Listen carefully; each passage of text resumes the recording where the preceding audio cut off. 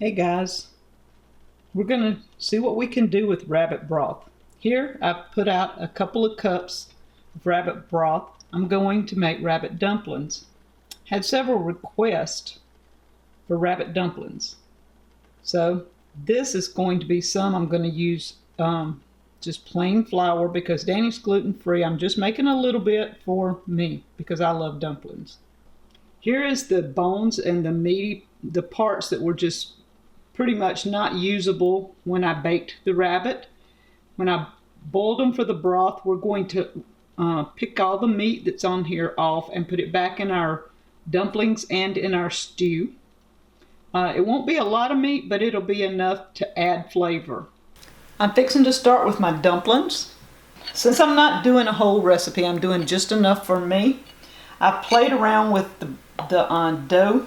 I added simply plain flour, not self-rising. I did not add anything to it, just plain flour and cold water.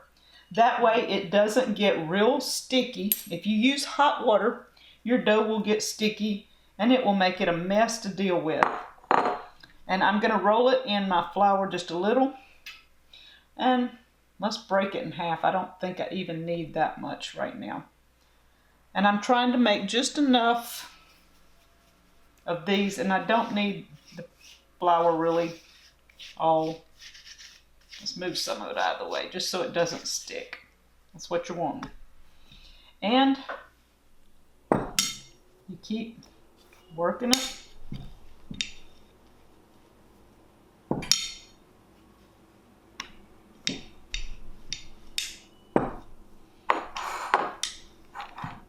If it feels like it's trying to get sticky, you add a little more on it.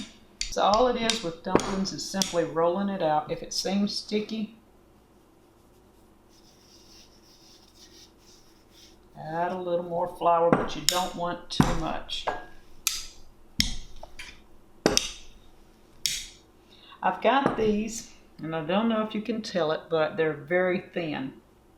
And the reason behind using plain flour and not self-rising is you want thin dumplings. Now if you like thick dumplings, that's fine. You use the self-rising, they'll plump up.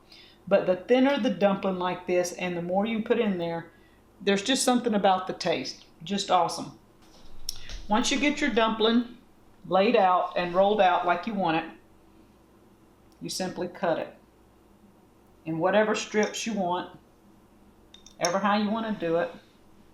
It's not rocket science. It's just going to be the fact that when it gets done, you're not going to know the shapes anyway.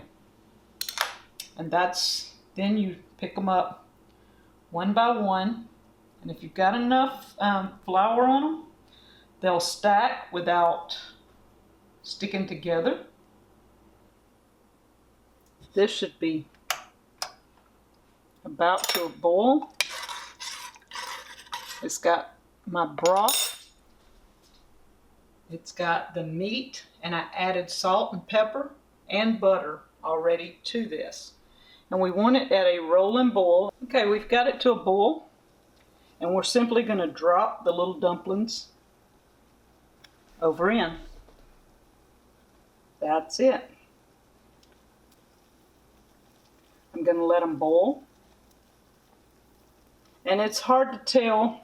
Like I said, there's no recipe to this for me because I'm inventing my own based on what I used to do.